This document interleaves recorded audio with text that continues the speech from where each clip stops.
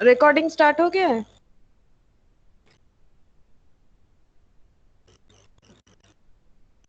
Yes ma'am. Okay.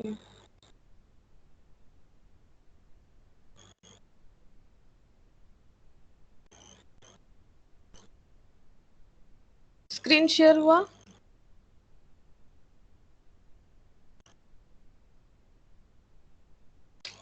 Screen दिख रहा है तुम लोग को? Yes ma'am. ओके।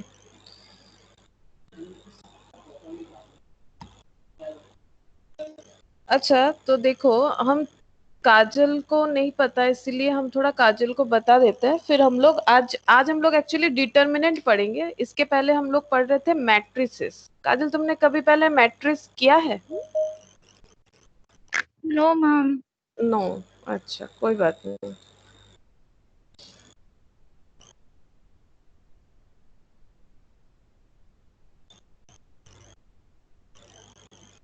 वो मैंने वो होमवर्क किया था लेकिन लास्ट में तो समझ में नहीं आ रहा था। ओके ठीक है, होमवर्क बता देंगे, ठीक है।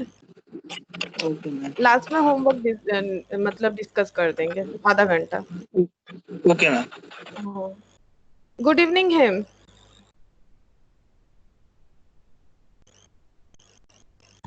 गुड इवनिंग हेम। हेम को शायद आवाज नहीं आ रहा है।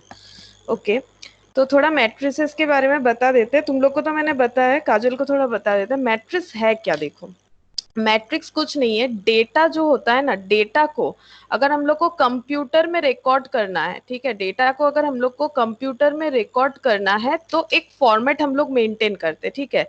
ये इस तरह का, इसे एरे बोला जाता है। नॉर्मली ये मैट्रिक्स और डिटर्मिनेंट जो है ये कंप्यूटर साइंस में ज्यादा यूज होता है, ठीक है।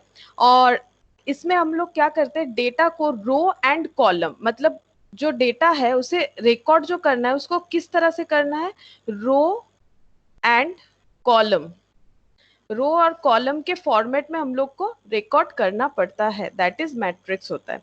अब देखो किस तरह से रिकॉर्ड करना है, जैसे मैंने एक एग्जांपल लिया था जब इन लोगों को मैंने ये स्टार्टिंग किया था, ये चैप्टर जब स्टार्ट किया था, तो सपोज ये ए है, ये बी है और ये सी है। तो ए ने बी को बॉल पास किया, सपोज ये लोग बॉल फुटबॉल खेल रहे हैं, ए ने बी को बॉल पास किया, बी ने सी को बॉल पास किया, सी ने फिर ए को बॉल पास किया, ए ने फिर सी को बॉल पास किया, ठीक है। सपोज ये एक मैंने एग्जाम्पल, एक स्टोरी जैसा बना लिया है। अब ये जो मतलब गेम चल रहा है, इसको जब मतलब फुटबॉल मैच होते रहता है तो बोलते रहते हैं ये इसको बॉल पास किया, वो उसको बॉल पास किया, इस तरह से मतलब वो जो मतलब जो लोग बोलते हैं वो लोग इसमें इस तरह से डिस्कस करते हैं। लेकिन इसी डेटा को अगर हम लोग को कंप्यूटर में रिकॉर्ड करना है तो हम लोग किस तरह से करेंगे। तो पहले हम लोग तीन पार्टिसिपेंट को इस तरह से लिखेंगे, रो और column, row and column form में, ठीक है।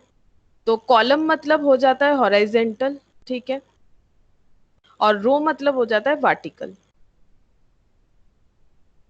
अब देखो, ए क्या ए खुद को बॉल पास कर सकता है, ए टू ए, काजल बताओ क्या ए खुद को बॉल पास करेगा या किसी और को पास करेगा? मैम किसी और को। तो ए टू ए क्या हो जाएगा, जीरो होगा कि नहीं, 0। यस ठीक मैम। है। हाँ एक minute. Good evening Vishwajeet.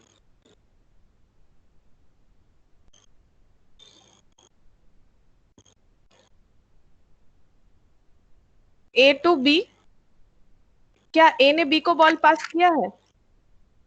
Yes ma'am. हाँ वन टाइम, ठीक है। तो यहाँ वैल्यू क्या होगा, वन, क्योंकि एक की बार मैंने एरो लगाया मेरे एग्जाम्पल के हिसाब से, ठीक है। और ए टू सी, क्या ए ने सी को बॉल पास किया, ये देखो ये एरो डिनोट करता है कि हाँ ए ने सी को बॉल पास किया है फॉर वन 1। टाइम, ठीक है। हाँ अब बी टू ए देखो, बी टू ए कोई बॉल पासिंग नहीं किया, मतलब मैंने जो स्टोरी बनाया उसके हिसाब से कोई बॉल पास नहीं है, तो जीरो, ठीक है। बी तो जीरो होगा ही। और बी टू सी चेक करते, बी टू सी है वन टाइम, और सी टू ए चेक करो, सी टू ए है one time, C to B है जीरो, क्योंकि सी ने कभी भी बी को बॉल पास नहीं किया इस एग्जाम्पल के हिसाब से, और सी टू सी क्या है, जीरो है, ठीक है। Good evening Pragati. Good evening ma'am. Hmm good evening पायल।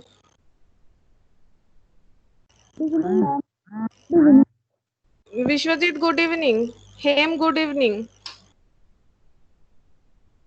अच्छा तो देखो, ये क्या हुआ, ये जो डेटा था, ठीक है काजल, हेलो, यस मैम। हाँ तुम्हें थोड़ा बता रहे हैं, लोग को पता है। तो मैट्रिसेस क्या है, देखो ये रो बन गया, एक रो, दो रो, तीन रो, तो row one, row two and row three, और कॉलम वाइज बोलेंगे तो C1 मतलब कॉलम वन, कॉलम टू और कॉलम थ्री। और इसको किस तरह से याद रखना है, मैंने एक बताया था, हर वॉइस, ठीक है, ऐसे मैंने एक एग्जाम्पल बताया था, हर वॉइस, ठीक है। तो आर मतलब होता है रो, ठीक है, और एच मतलब होता है हॉरिजेंटल, ठीक है, तो रो मतलब हॉरिजेंटल हो गया, और वी वर्टिकल, और आई सी फॉर हो गया कॉलम, इस तरह से हम लोग याद रख सकते हैं, ठीक है।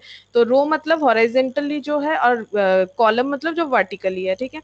तो ये रो और कॉलम हो गया। ओके। ये, हेलो, हाँ बोलो, कोई कुछ बोल रहा है क्या? ओके, तो देखो रो और कॉलम हो गया। तो ये क्या है, डेटा जो है, मतलब किसने किसको कितने टाइम बॉल पास किया, इस तरह से डेटा को जब कंप्यूटर में रिकॉर्ड करना है तो थ्रू एरे से ही रिकॉर्ड करना पड़ता है। एरो मतलब रो एंड कॉलम का एक मतलब कंप्लीशन होता है, ठीक है।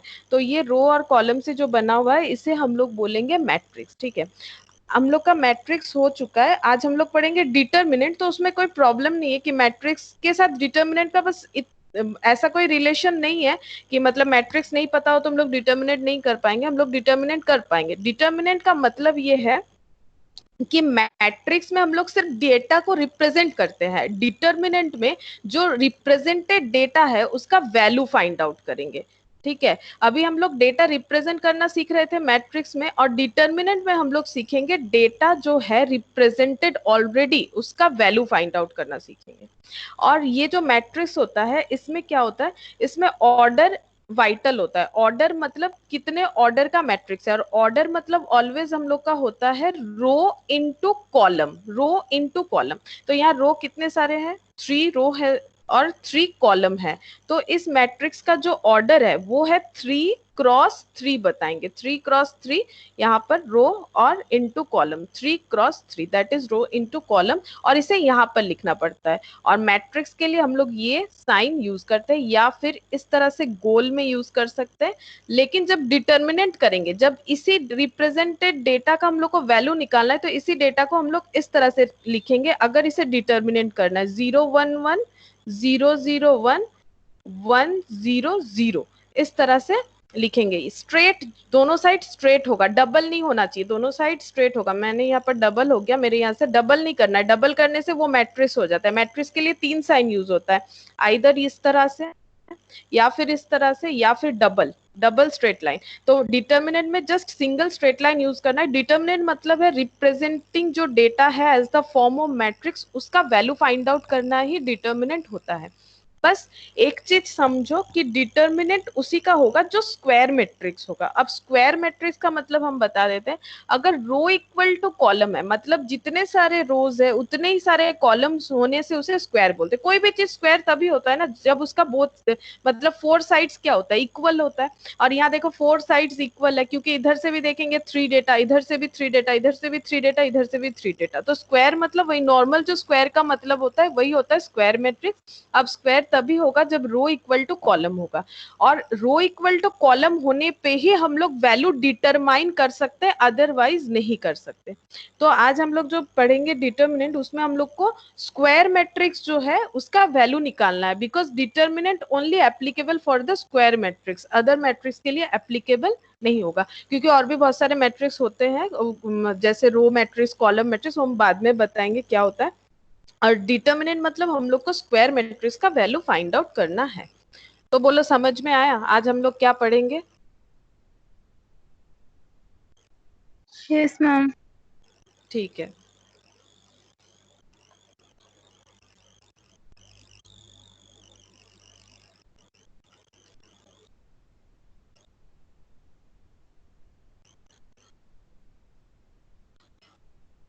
तो देखो आज हम लोग क्या पढ़ेंगे, ये देखो क्या लिखा हुआ है, देखो the determinant of a square matrix, square मतलब मैट्रिक्स मतलब हो गया रो एंड कॉलम में रिप्रेजेंट किया हुआ डेटा, और स्क्वायर का मतलब ही होगा जितने सारे रो उतने सारे कॉलम, मतलब ये स्क्वायर होना चाहिए चारों तरफ से इक्वल। तो square is a number which is associated with the square matrix. तो determinant of a square matrix is a number. Number क्यों? क्योंकि इसका एक वैल्यू निकल के आएगा, ठीक है, जो सिर्फ स्क्वायर मैट्रिक्स का ही हम लोग कैलकुलेट कर सकते हैं, बाकी जो भी मैट्रिक्स पहले हम लोगों ने पढ़ा है वो किसी टाइप ऑफ मैट्रिक्स पे एप्लीकेबल नहीं होगा।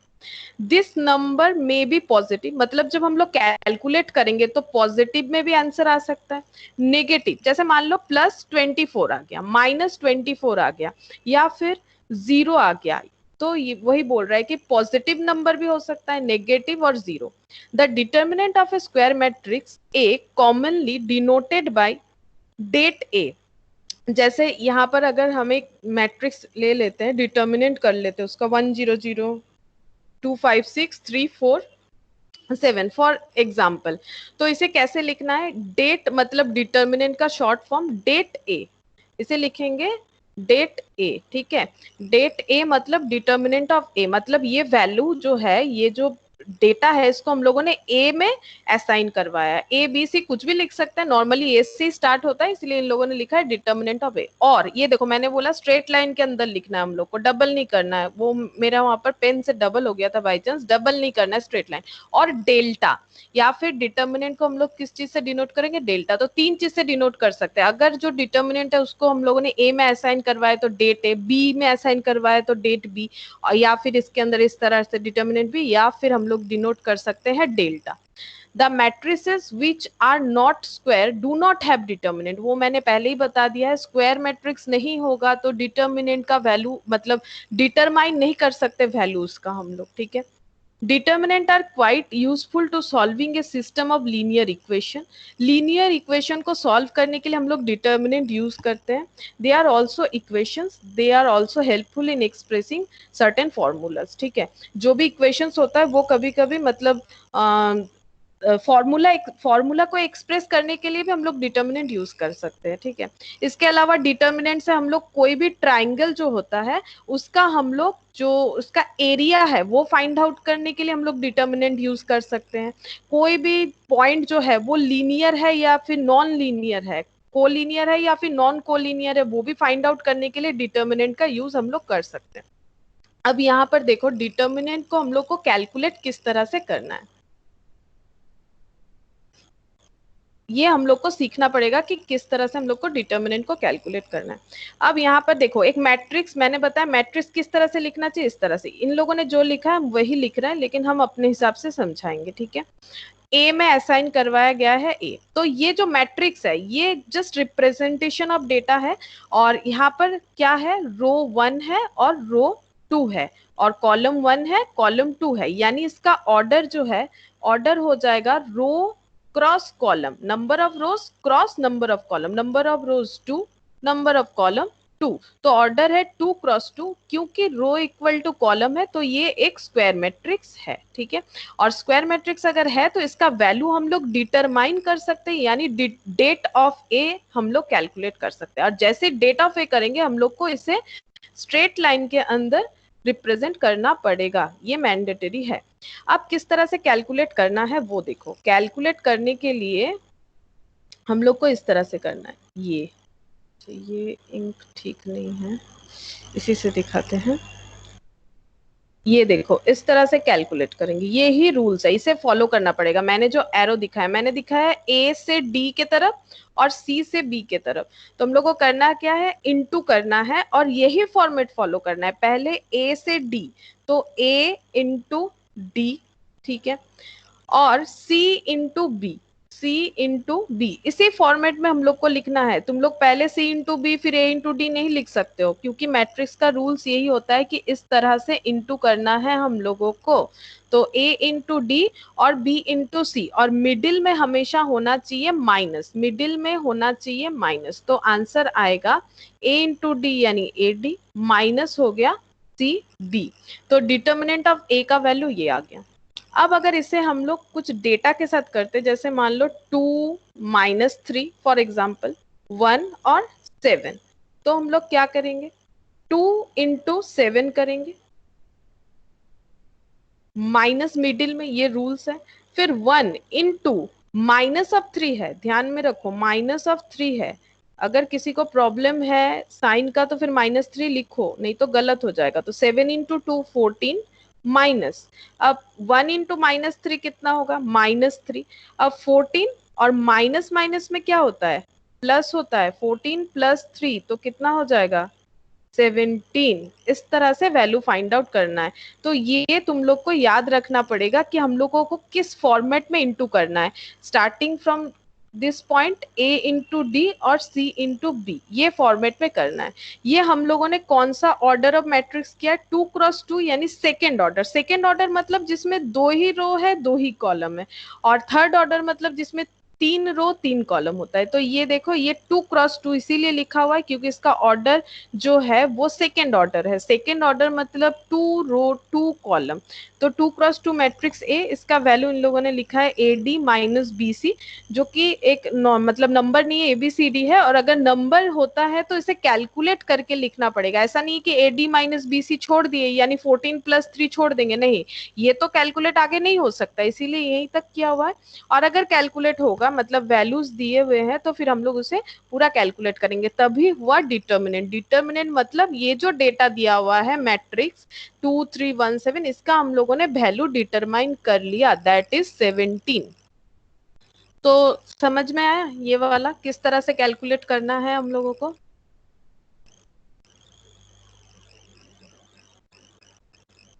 Yes, sir. अच्छा,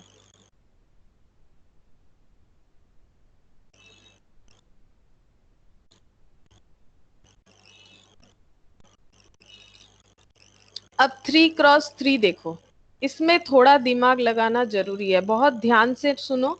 अगर नहीं समझोगे तो फिर कैलकुलेट नहीं कर पाओगे, गड़बड़ हो जाएगा। अच्छा देखो, इन लोगों ने तो A1 A2 A3 लिया है, हम लोग नंबर ले लेते हैं। नंबर लेने से क्या होगा, थोड़ा इजी हो जाएगा समझने के लिए। 1 2 3, ठीक है, हम एक एग्जांपल लेते हैं। 0 3 6 2 -1 ले लेते हैं और 4, ठीक है। ये देखो 3 रोज है, इसमें 3 रोज है, रो 1 रो 2 रो 3 और 3 कॉलम है। हम लोग को क्या करना है, डिटर्मिनेंट का वैल्यू फाइंड आउट करना है। और ये 3x3 है बिकॉज 3 रोज और 3 कॉलम्स है। अब इस केस में हम लोग किस तरह से फाइंड आउट करेंगे, देखो इस केस में हम लोग किस तरह से फाइंड आउट करेंगे। यहाँ पर हम लोग को क्या करना है, किसी भी एक रो, जैसे R1 है R2 है R3 है, कोई भी एक रो या फिर कोई भी एक कॉलम के बेसिस पे एक्सपेंशन करना है, ठीक है। अब ये एक्सपेंशन कैसे होगा, देखो सपोज हम R1 के बेसिस पे एक्सपेंशन कर रहे हैं। अब तुम लोग देखो कैसे R1 के बेसिस पे एक्सपेंशन होगा। तो R1 का पहला एलिमेंट क्या है, 1, ठीक है। तो पहले हम लोग यहाँ लिखेंगे 1, ठीक है। अब 1 लिख दिए। अब जैसे ही हम लोग पहला एलिमेंट चूज करेंगे, जो रो या कॉलम हम लोग चूज करें उस बेसिस पे, जैसे ही पहला एलिमेंट चूज करेंगे उस रेस्पेक्ट में उस रो और कॉलम को कैंसिल करना है। उस रेस्पेक्ट में रो और कॉलम को कैंसिल करना है। तो 1 के रेस्पेक्टेड रो कौन सा है, ये, और 1 का रेस्पेक्टेड कॉलम कौन सा है, ये। मतलब काटना नहीं है तुम लोग को, ये समझने के लिए, ठीक है, काटना नहीं है। ये देखो इन लोगों ने डायरेक्टली कर दिया, हम सिर्फ समझा रहे हैं कि ये किस तरह से करना है। तुम लोग को आंसर में काटना वाटना नहीं है इस तरह से, लेकिन किस तरह से करना है देखो। 1 0 2 और 1 2 3 कैंसिल हो गया, तो क्या क्या बचा मुझे बताओ।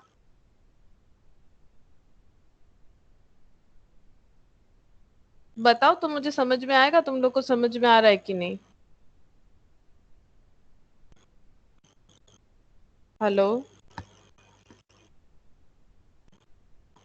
हेलो। Yes, ma'am. तो 1 2 3 और 1 0 2 अगर कैंसिल हो गया तो ये बचेगा कि नहीं बचेगा, 3 6 -1 और 4, ठीक है। Yes, ma'am.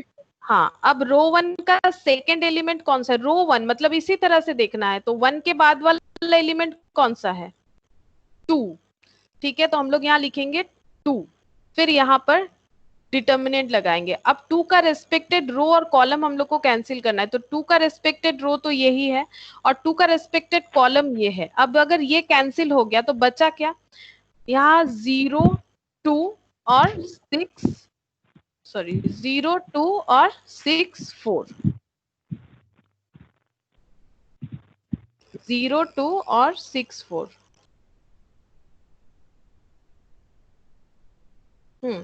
0 2 और 6 4। देखो उसको फिर यहाँ से समझा देते हैं, अगर वहां में तुम लोग को दिक्कत हो रहा है तो 1 2 3 0 3 6 2 -1 4। जैसे ही मैंने ये वाला लिया तो ये रेस्पेक्टेड रो कॉलम और ये रेस्पेक्टेड रो कट गया, तो बचा क्या 0 2 6 4, इसीलिए मैंने लिखा है 0 2 6 4। और नेक्स्ट कौन सा डेटा है, यहाँ हम इंडिविजुअली लिख के बताते हैं। 1 2 3 0 3 6 2 -1 और 4, तो यहाँ पर क्या है 3। तो 3 का रेस्पेक्टेड रो और 3 का रेस्पेक्टेड कॉलम को कैंसिल करेंगे, तो कितना बच रहा है 0 3 2 3 -1। 2 ठीक है, -1। हाँ। अब हम लोग को क्या करना है, यहाँ मिडिल में साइन यूज करना है। अब साइन यूज करने का देखो, ये माइनस होगा ये प्लस होगा, ये तो मैंने बता दिया, बट इसका लॉजिक है जो यहाँ पर देखो इन लोगों ने किया है माइनस और प्लस, बट इसका लॉजिक क्या है, देखो लॉजिक ये है, और इसका सामने प्लस है, प्लस को तो लिखने का जरूरत नहीं होता है। लॉजिक क्या है, हम लोगों ने 1 2 3 लिया है। अब 1 2 3 यानी रो 1 के बेसिस पे हम लोगों ने एक्सपेंशन किया है, तो अगर 1 जो एलिमेंट है इसके अंदर जो भी है 1 2 3 0 3 6 2 -1 4, ये जो डेटा है इसे एलिमेंट बोलते हैं। तो इस एलिमेंट का पोजीशन देखो, इस एलिमेंट का पोजीशन ये है कि ये फर्स्ट रो में एग्जिस्ट कर रहा है और फर्स्ट कॉलम में एग्जिस्ट कर रहा है। ठीक है, तो फर्स्ट रो और फर्स्ट कॉलम, तो हम लोगों को यहाँ पर साइन क्या होगा, ये किस तरह से डिटरमाइन किया जाता है, पोजीशन को जोड़ना है, पोजीशन को ऐड करना है। तो पोजीशन किस तरह से होता है, रो और कॉलम के बेसिस पे, तो रो प्लस कॉलम। तो 1 डेटा का रो है 1, कॉलम भी है 1, तो कितना आया 2।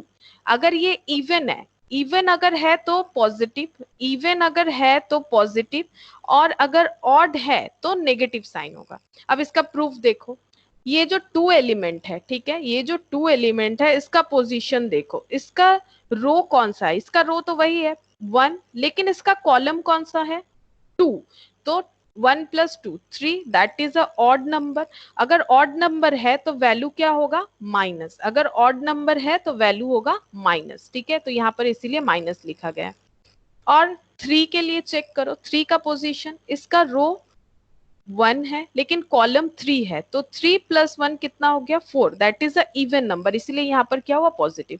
बाकी ये इतना मतलब नॉर्मली यही बता दिया जाता है कि यहाँ प्लस लिखो या माइनस लिखो या प्लस लिखो, लेकिन इसका रीजन यही है। मैम, और ये हाँ बताओ ma'am can you repeat that science? Sign, अच्छा तो ये देखो जो पोजीशन है, पोजीशन के ऊपर होता है, ये जो 1 एलिमेंट है इस ये कौन से रो में एग्जिस्ट कर रहा है, रो 1, और कौन से कॉलम में एग्जिस्ट कर रहा है, कॉलम 1। तो पहले हम लोग को पोजीशन आइडेंटिफाई करना है। पोजीशन आइडेंटिफाई करने का रूल्स है, पोजीशन जो रो एंड कॉलम वाइज है उसे टोटल करना है। तो रो है फर्स्ट रो यानी 1, और कॉलम है फर्स्ट कॉलम दैट इज 1, तो 1 + 1 2, दैट इज अ इवन और ऑड नंबर। हम लोग को चेक करना है if it is a even number और ऑड नंबर, पोजीशन का जो वैल्यू आएगा। तो 2 इज द इवन नंबर, अगर इवन नंबर है तो पॉजिटिव और ऑड नंबर है तो नेगेटिव। उसके बाद देखो 2 जो एलिमेंट है इसका कॉलम कौन सा है, कॉलम C2 यानी सेकेंड। ठीक है, और रो तो वही है 1, 1 + 2 3, तो 3 इज अ ऑड नंबर, इसीलिए 2 के आगे मैंने क्या लगाया, यहाँ पर देखो माइनस लगाया, और यहाँ पर देखो इन लोगों ने भी जो मतलब ABCD से किया हुआ है वो माइनस लगाया, और इसके बाद ये लगाया गया है प्लस। समझ में आया? Yes ma'am. तो हम लोग पोजीशन से आइडेंटिफाई करेंगे कि हम लोग को प्लस लिखना है या माइनस। और यहाँ पर अब हम लोग वैल्यू फाइंड आउट करेंगे किस तरह से, ये 1 जैसे लिखा हुआ वैसे, प्लस का तो कोई जरूरी नहीं है, प्लस यहाँ लिखना पड़ेगा। और अभी मैंने सिखाया कि सेकेंड ऑर्डर डिटर्मिनेंट को किस तरह से कैलकुलेट करना है, दिस फॉर्मेट में 3 × 4, ये फॉर्मेट आप फॉलो करेंगे। तो अब ब्रैकेट स्टार्ट कर देंगे, जैसे ऊपर मैंने बताया था, जस्ट ऐसा एक डिटर्मिनेंट के एग्जाम्पल में बताया था। तो ब्रैकेट में लिखना है 3 × 4 12, मिडिल में होना चाहिए माइनस, ये रूल्स है, ये रूल्स है, मिडिल में माइनस होगा। और फिर है 6 इंटू -1 यानी -6 होगा, 6 इंटू -1 मतलब -6 होगा। तो अगर तुम लोगों को प्लस माइनस में थोड़ा ज्यादा दिक्कत होता है तो तुम लोग लिख के पूरा डिटेल्स में कर सकते हो, हम एक बार डिटेल्स में ही दिखा देते हैं। ये देखो इस तरह से होगा 1 3 इंटू 4 -1 इंटू 6, फिर माइनस है यहाँ पर साइन जैसे मैंने बताया, और 0 इंटू 4 सेम मेथड से, फिर 2 इंटू 6, नेक्स्ट प्लस है 3, 0 इंटू -1 है तो इसीलिए मैंने इसको ब्रैकेट में रखा है, माइनस होता है मिडिल में 3 इंटू 2 इंटू 3, तो ये हो गया 12, और ये -6 होगा और माइनस माइनस में हो जाता है +6। ये रूल्स है एडिशन का कि माइनस माइनस में क्या हो जाता है, प्लस हो जाता है। फिर -2, 0 इंटू 4 0, -12, और +3 है, 0 इंटू -1 0, -6। अब क्या होगा 1, और यहाँ पर हो गया 12 + 6 18, माइनस 0 -12 -12 होगा, और 12 इंटू 2 हो जाएगा 24, तो 24, और माइनस माइनस में हो जाता है प्लस, इंटू में माइनस माइनस में प्लस होता है, 0 -12 मतलब -12, और -12 इंटू 2 -2 तो हो जाएगा 24, और 3, और यहाँ 0 -6 मतलब -6, -6 इंटू 3 दैट इज -18, तो ये हो गया 18 इंटू 1 18 प्लस 24 -18। अगर तुम लोग और भी सिंप्लीफाई करना चाहते हो तो अलग अलग फिर से लिख सकते हो, -2 इंटू माइनस मतलब इस तरह से 1 इंटू 18 -2 इंटू -12। अगर किसी को ज्यादा दिक्कत है तो वो और स्टेप्स फॉलो कर सकता है। तो 18 इंटू 1 18 हो गया, -12 into 2 24, and minus minus plus, 3 into 6 18, और प्लस माइनस माइनस, और अब देखो 18 प्लस और 18 माइनस कैंसिल हो गया तो आंसर आ गया 24। तो इसे मतलब प्रैक्टिस करना पड़ेगा तभी होगा, मतलब पहले पहले करोगे तो थोड़ा बहुत रॉन्ग हो जाता है, लेकिन इसे इसी तरह से फॉलो करना है। कोई भी रो या कोई भी कॉलम के रेस्पेक्ट में अगर हम लोग एक्सपेंशन करेंगे तो जो पहले 1 लिए उसके बेसिस पे बाकी को कैंसिल करना है, कैंसिल करना नहीं है, हालांकि देखो कुछ भी काटना नहीं है, लेकिन ये दिमाग में रखना है कि मुझे ये और ये कैंसिल करना है। स्टार्टिंग में तुम लोग पेंसिल यूज करके क्रॉस करके इस तरह से कर सकते हो। तो एक प्रॉपर्टी होता है डिटर्मिनेंट का कि अगर हम लोग रो R1 वाइज हम लोगों ने एक्सपेंशन किया है, हम लोग R2 वाइज करे, R3 वाइज करे, और C1 C2 C3 जो भी मतलब 6 केसेस हो सकता है, 6 केसेस में ही आंसर आएगा 24। तो तुम लोग एक काम करो, तुम लोग R2 बेसिस पे मुझे एक्सपेंशन करके दिखाओ, R2 बेसिस पे मुझे एक्सपेंशन करके दिखाओ, मतलब आंसर 24 आना चाहिए। तुम लोग करो फिर हम इसे रब करके करेंगे, तब तक ये है ताकि तुम लोग को हेल्प हो जाए। तो R2 बेसिस पे जब करोगे तो पहला एलिमेंट हो जाएगा 0, सेकेंड 3, और थर्ड 6 हो जाएगा। और यहाँ पर साइन क्या पुट होगा वो डिपेंड करेगा 0 के पोजीशन पे। 0 का पोजीशन हम बता देते हैं, second row and first column, तो ये 3 यानी यहाँ पर माइनस होगा स्टार्टिंग में।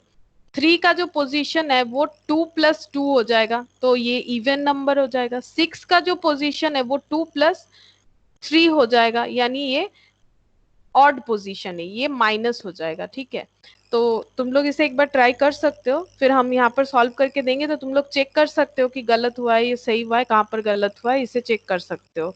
और डिटर्मिनेंट का जो एग्जाम्पल है वो है 1 2 3 0 3 6 2 -1 4, सारा मैंने रो वाइज बताया, 1 2 3 0 3 6 2 -1 4।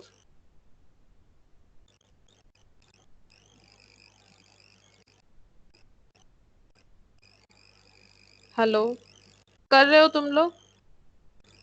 Yes, ma'am. हम्म Yes, ma'am. करो।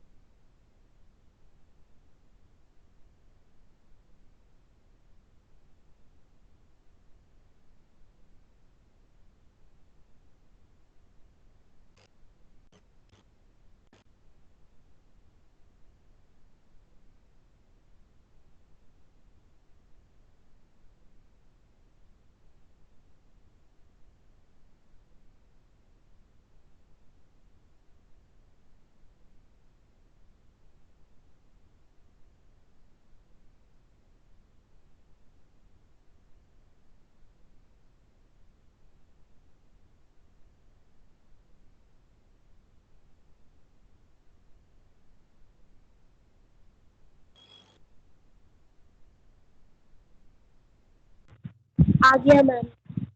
आ रहा है? Yes ma'am.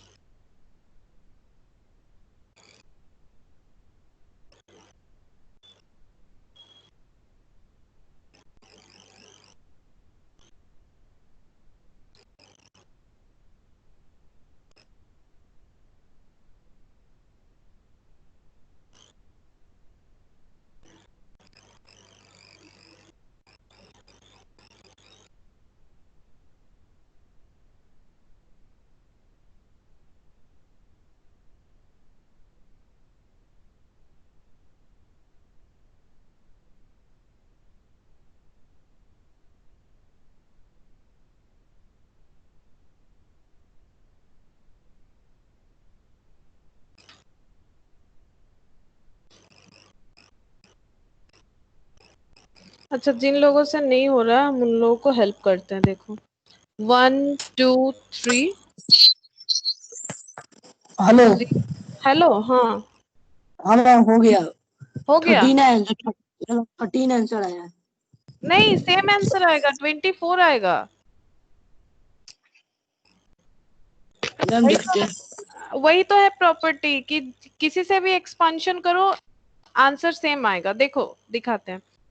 अगर हम लोग जीरो के बेसिस में कर रहे हैं, क्योंकि मैंने बताया तुम लोग रो 2 के बेसिस में करो, ठीक है?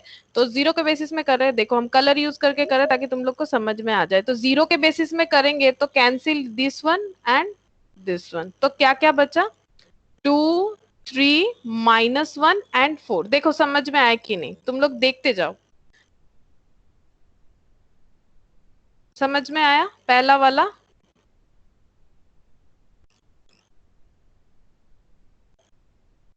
पहला वाला समझ में आया? Yes ma'am.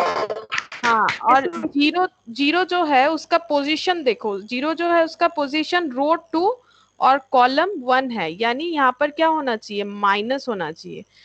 जबकि जीरो है तो इफेक्ट कुछ नहीं होगा, लेकिन कुछ और डेटा होता तो इफेक्ट होता ना, क्योंकि ये जो जीरो है इसका पोजीशन है, रो है इसका 2 और कॉलम है 1, तो 2 + 1 3, that is a odd number. और ऑड होने से क्या होगा? नेगेटिव। तो मैंने नेगेटिव वैल्यू लगाया।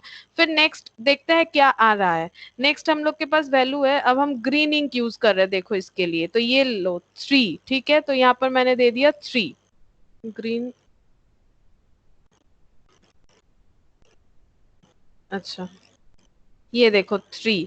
अब 3 के रेस्पेक्ट में रो और कॉलम को कैंसिल करेंगे तो ये और ये कैंसिल हो गया, ठीक है?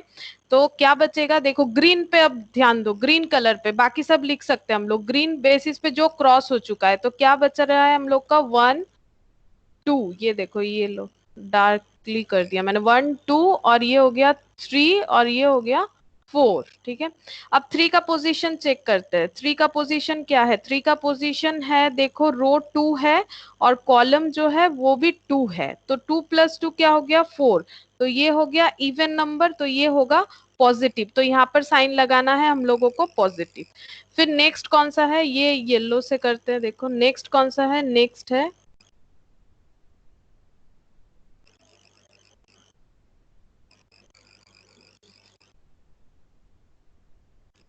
नेक्स्ट है 6, ठीक है? नेक्स्ट वैल्यू देखो 6 है, तो 6 लिख लिया। येलो से थोड़ा देखने में दिक्कत हो सकता है, बट हम लोग को थोड़ा समझने में ठीक रहे इसीलिए मैंने कलर चूज किया। अब ये देखो इसका कॉलम और इस रेस्पेक्ट में इसका रो काट दिए। तो अब येलो पे ध्यान दो, तो बाकी क्या बचा? 1 2 2 -1। तो यहाँ लिखेंगे 1 2 2 -1। तुम लोग फिंगर यूज कर सकते हो, फिंगर यूज करके कर सकते हो। अब इसका पोजीशन चेक करते हैं 6 का। तो 6 का पोजीशन क्या है, रो तो 2 है, कॉलम क्या है, कॉलम है इसका C3, यानी ये C2 था, तो C3 यानी 3, तो ये हो गया 3 + 2 5, यानी ऑड, ऑड मतलब नेगेटिव, तो यहाँ पर क्या हो जाएगा, नेगेटिव हो जाएगा। अब कैलकुलेशन जो है हम ब्लैक इंक से करते हैं ताकि समझ में आ जाए। अच्छा, अब कैलकुलेशन किस तरह से करेंगे, देखो -0 है, इसे ब्रैकेट स्टार्ट करते हैं, रूल्स जो था 2 × 4, तो यहाँ पर लिखेंगे 2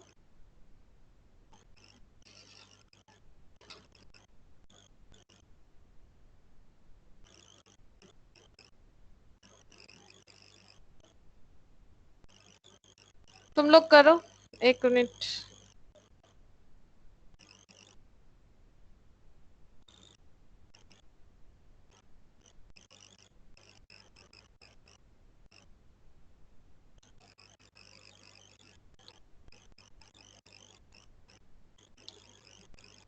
बोर्ड थोड़ा डिस्टर्ब हो गया, रुको।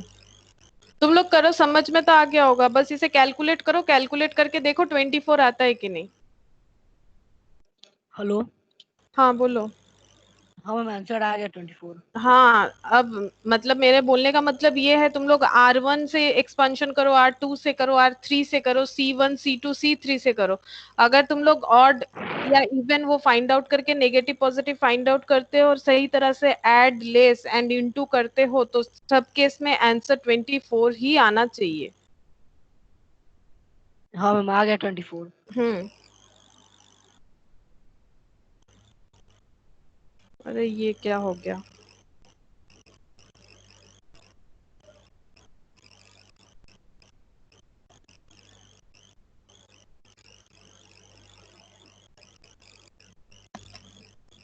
বলছি একটু শোন।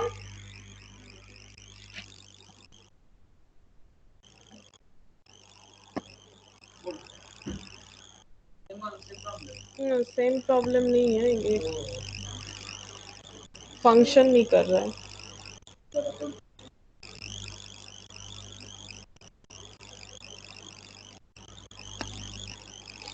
बोर्ड बोर्ड थोड़ा 1 मिनट टाइम लगेगा, किसी कारण से फंक्शन नहीं कर रहा है। तुम लोग एक काम कर सकते हो, R3 से भी ट्राई करके देख सकते हो, उसमें 24 आएगा। वैसे भी ये हम होमवर्क में करने ही देते तुम लोग को, सबसे मतलब सारा जो रो कॉलम है उससे एक्सपेंशन करने के लिए बोलते। तुम लोग R3 से करके देखो, या फिर C1 मतलब कॉलम 1 से करके देखो, क्योंकि रो वाइज तो तुम लोगों ने किया ही है। कॉलम से करके देख सकते हो, कॉलम 1 से करोगे तो 1 0 और 2 बेसिस पे एक्सपेंशन करना पड़ेगा, तो तुम लोग चाहो तो कॉलम बेसिस पे कर सकते हो।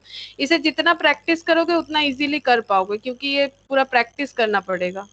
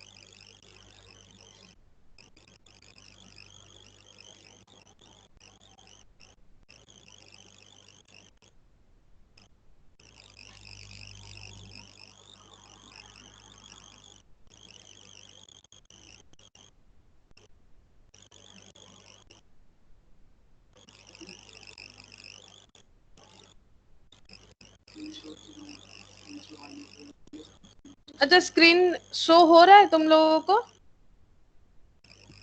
Hello ma'am. स्क्रीन शो हो रहा है? हाँ मैम। नहीं मैम, अच्छा ठीक है, नहीं हो रहा है। हो रहा है। हाँ अब हो रहा है। अच्छा ठीक है। Yes ma'am. अच्छा, तो सबका 24 आया या फिर हम मुझे फिर से करना पड़ेगा, बताओ। किसी को प्रॉब्लम है आ तो गया बताओ। मैम। आ गया 24? अगर सही तरह से यस मैम। लिखोगे तो जरूर आएगा, कोई प्रॉब्लम नहीं, बस धीरे धीरे करो, हो जाएगा। ठीक है, ये तो मैंने समझा है। और इसका प्रॉपर्टीज ये है कि हम लोग किसी भी रो कॉलम से एक्सपेंशन करें ना क्यों, हम लोग का 24 ही आंसर आएगा। जो भी डिटर्मिनेंट होगा उसका जो जैसे भी एक्सपेंशन करो सेम आंसर आएगा। अब देखो, अब दूसरा चीज पढ़ते हैं डिटर्मिनेंट के बारे में। ये क्या दिया हुआ है देखो, minors and cofactors of a determinant. ये क्या होता है देखो, minors and cofactors of determinant.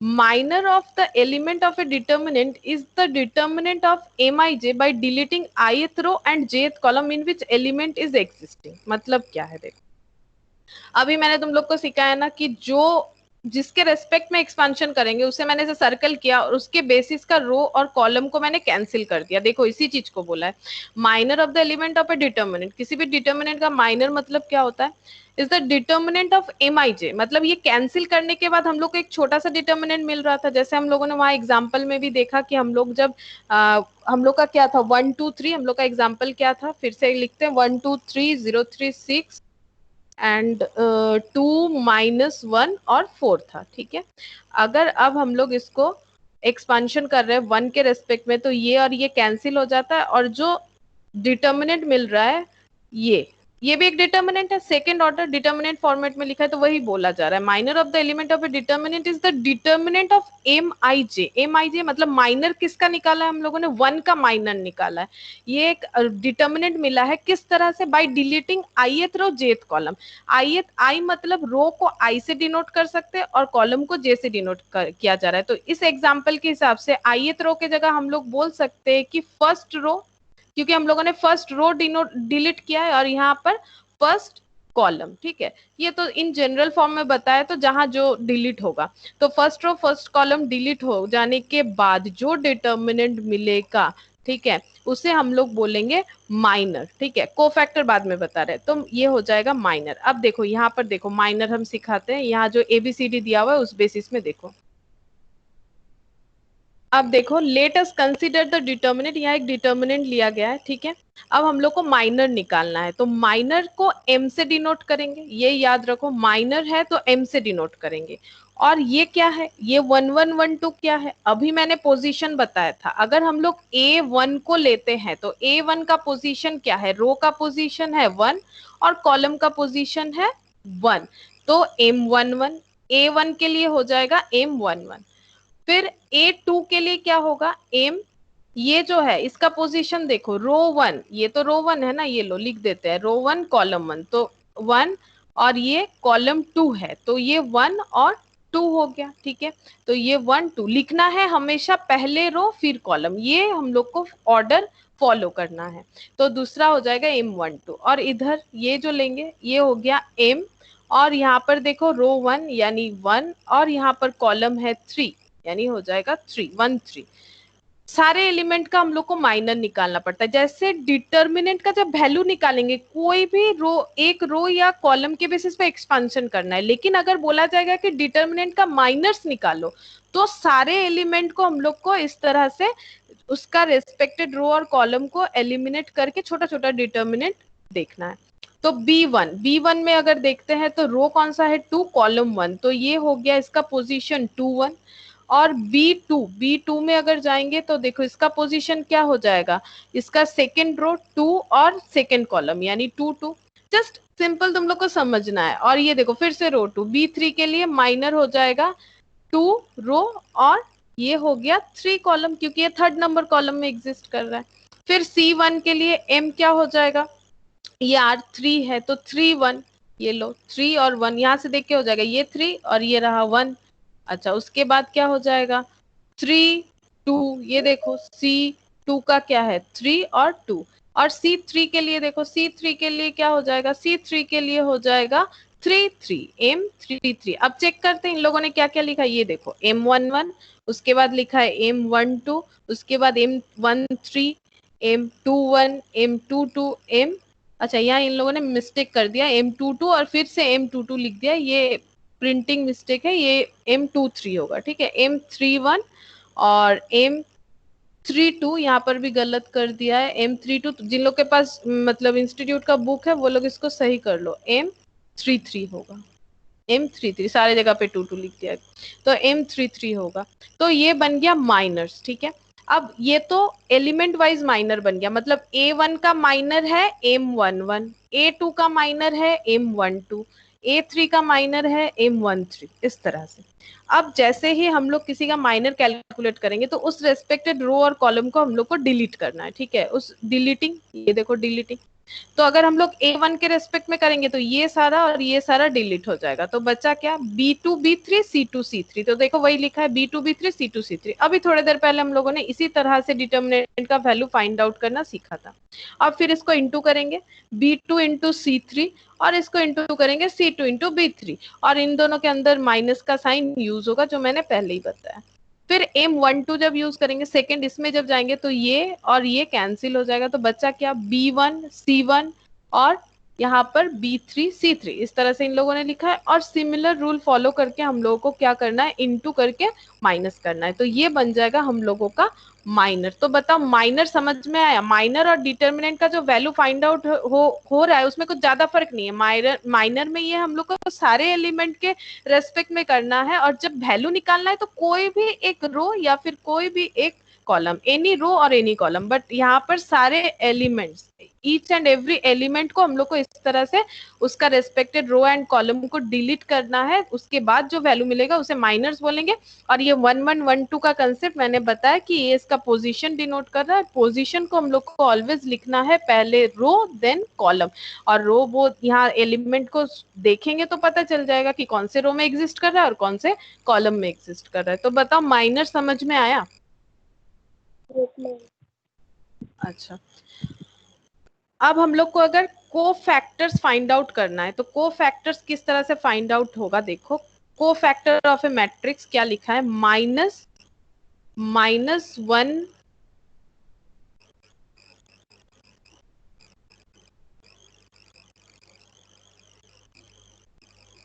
-1 whole to the power I plus j into Mij, ठीक है, where Mij equal to minor of the element ith row and jth column, ठीक है। तो M11 निकल गया। अब अगर को फैक्टर निकालना है, जैसे A1 का माइनर हो गया M11 और A1 का अगर को फैक्टर निकालना है तो हम लोग उसे किस तरह से निकालेंगे, को फैक्टर मतलब हो जाएगा -1 whole to the power I plus j into minor. तो माइनर क्या है, A11 का माइनर क्या है, M11, और -1 ये रूल्स है, ठीक है। ये देखो -1 रूल्स है, whole to the power I plus J. I plus J मतलब अभी मैंने बताया I मतलब रो होता है, J मतलब कॉलम होता है।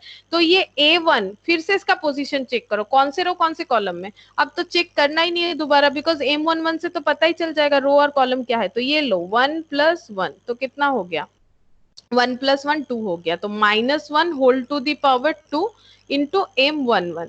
तो -1 होल टू द पावर 2 मतलब क्या हो जाएगा, 1 हो जाएगा, +1 इंटू M11। तो इसका वैल्यू आ जाएगा M11। तो वो मैंने जो ऑड इवन वाला कंसेप्ट बताया था, देखो जैसे प्लस हो जाएगा तो पॉजिटिव मतलब 2 हो गया, जैसे ही मतलब इवन नंबर होगा तो पॉजिटिव हो जाएगा, ऑड नंबर होगा तो नेगेटिव हो जाएगा। मतलब को फैक्टर और कुछ नहीं है। अगर माइनर में हम लोग उसका पोजीशन वाइज साइन ऐड कर देते हैं तो वही को फैक्टर बन जाता है। माइनर में उसके पोजीशन वाइज अगर हम लोग साइन ऐड कर देते हैं तो वही बन जाता है हमारा को फैक्टर। ये देखो नीचे है, फिर हम लोग एक एग्जाम्पल करेंगे तो तुम लोग को बिल्कुल क्लियर हो जाएगा, डेटा के साथ एग्जाम्पल करेंगे। ये देखो को फैक्टर को उसी तरह से देखो, C11, ठीक है, C11, ये देखो C11 M11 जैसे था, को फैक्टर के लिए C यूज किया गया। पहला वाला तो 1 1 होगा, दूसरा हो जाएगा 1 2, फिर हो जाएगा 1 3, यही तो होगा ना, क्योंकि पहला एलिमेंट पहले रो पे और पहले कॉलम पे रहता है, दूसरा वाला एलिमेंट पहले रो पे दूसरे कॉलम पे, इसी तरह से C11 C2। और इसमें देखो क्या किया है, -1 होल टू द पावर क्या करना है हम लोगों को, I प्लस जे, यानी रो प्लस कॉलम, ठीक है। अब इस बेसिस पे जैसे ही ये कंसेप्ट मैंने पहले अलग तरह से थोड़ा बता भी दिया है तुम लोगों को कि अगर ऑड पोजीशन के हिसाब से अगर ऑड होगा तो नेगेटिव और अगर इवन होगा तो पॉजिटिव। तो ये पोजीशन के हिसाब से उसी तरह से हो रहा है। और यहाँ एक फॉर्मूला यूज किया इन लोगों ने -1 होल टू द पावर करके। अब हम लोग एक एग्जाम्पल करते हैं ताकि तुम लोग को ये जो मैंने बताया ये क्लियर हो जाए।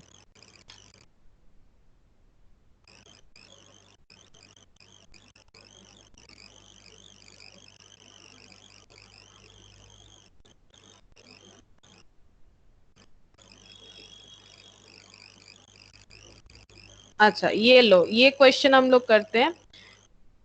इसका ये जो है, इसका एडजॉइंट बोला है, एडजॉइंट तो मैंने अभी सीखा नहीं, एडजॉइंट का जरूरत नहीं है, अभी हम लोग जो सीख रहे हैं वो करेंगे। इसका माइनर्स एंड कोफैक्टर्स निकालो। ये जो मैट्रिक्स है इसका माइनर्स एंड कोफैक्टर्स कैलकुलेट करो।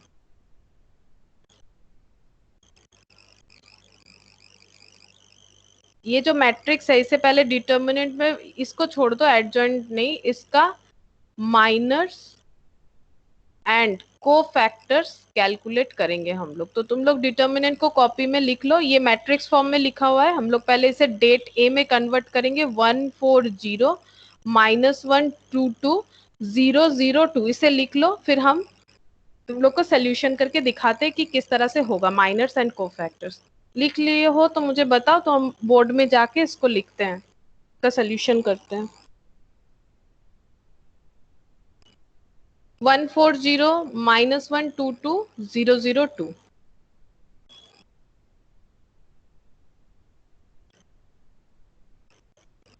140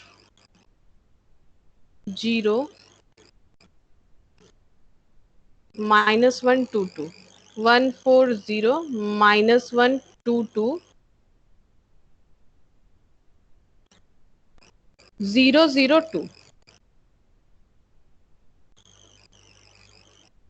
002। ये डिटर्मिनेंट ए में हम लोग असाइन करते हैं, और इसका अगर हम लोग को बोल दे कि फाइंड करना है माइनर्स एंड कोफैक्टर्स, तो किस तरह से करेंगे माइनर्स एंड कोफैक्टर्स। तो पहला एलिमेंट है, पहला माइनर जो है वो हो जाएगा M11। ये देखो 11 पोजीशन, ये लिख लो। अगर स्टार्टिंग में दिक्कत हो रहा है तो R1 R2 R3 पेंसिल से इसे लिख सकते हैं, या C1 C2 और C3। तो M11 ठीक है, M11 मतलब ये वाला 1 के लिए।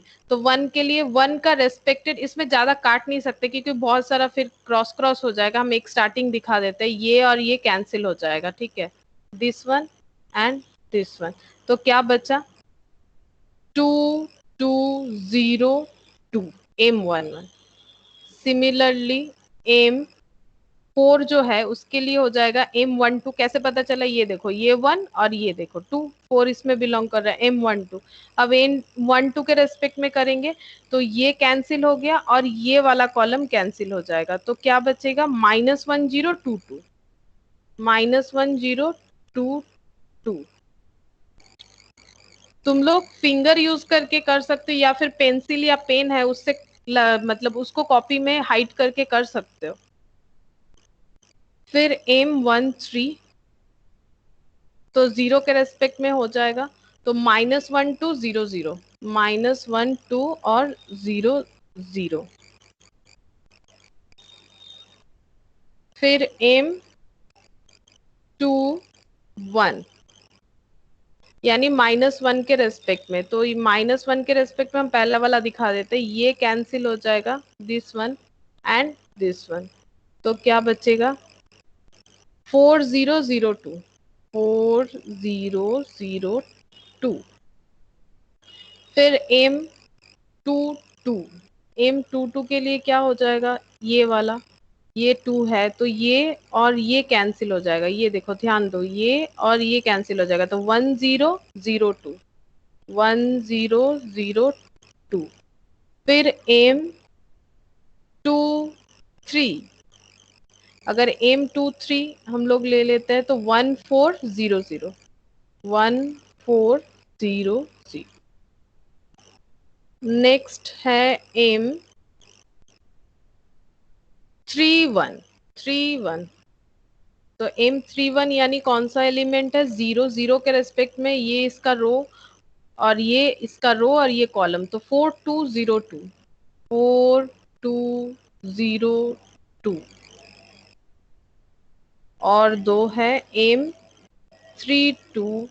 M32 में क्या होगा, देखो M32 में 1 -1 02 1 -1 02 और M33 लास्ट M33। तो M33 में क्या हो जाएगा 1 -1 42 1 माइनस 1 4 2। बस तुम लोग को डिलीट सही तरह से करना है, जिस एलिमेंट को ले रहे हो उसके बराबर रो और कॉलम को डिलीट करना है बस। अब इसका हम लोग वैल्यू निकाल लेते हैं। तो देखो ये क्रॉस करेंगे 2 इंटू 2 4 4 माइनस 0 बिकॉज 0 इंटू 2 0, तो ये हो गया 4। M11 का वैल्यू आ गया 4। M12 के लिए देखो कैलकुलेट करते हैं। मैम हाँ मैम M32 तो 1002 आएगा ना। 1002 32 मतलब 3 and 2 मतलब ये वाला 1 माइनस 1 02 आएगा। ये देखो 32 मीन्स ये वाला 0, तो ये कैंसिल और ये कैंसिल, तो क्या रिमेनिंग हो गया 1 माइनस 1 02।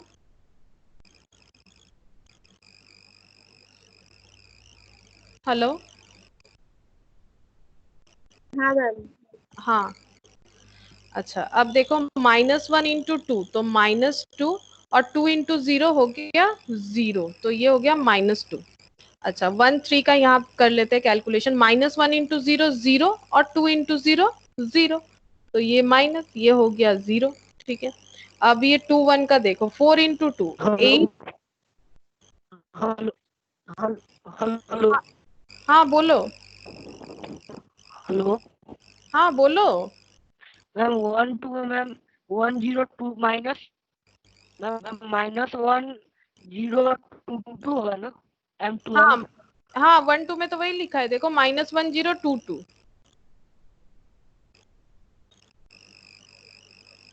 1 2 में वही लिखा है विश्वजीत।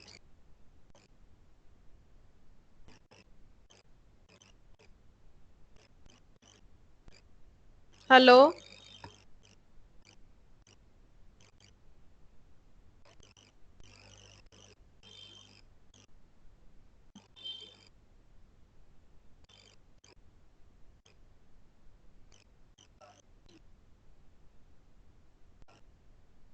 चलो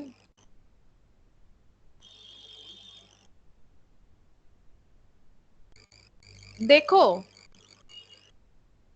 क्रॉस जो है ना, तुम लोग पेंसिल यूज करो, उससे क्रॉस करो, नहीं तो कंफ्यूज हो जाओगे। ठीक है, नहीं तो कंफ्यूज हो जाओगे किस तरह से हो रहा है। तुम लोग पेंसिल लो और अगर जरूरत पड़े तो मतलब अलग अलग इंक यूज करके भी कर सकते हो, नहीं तो कंफ्यूज हो जाओगे इस तरह से। मतलब स्टार्टिंग में थोड़ा होता है ये प्रॉब्लम, पहले 1 फिर 4 फिर 0 इस तरह से गोल करके सर्कल करके और उसका रेस्पेक्टेड रो और कॉलम को डिलीट करते हुए इस तरह से लिखना है।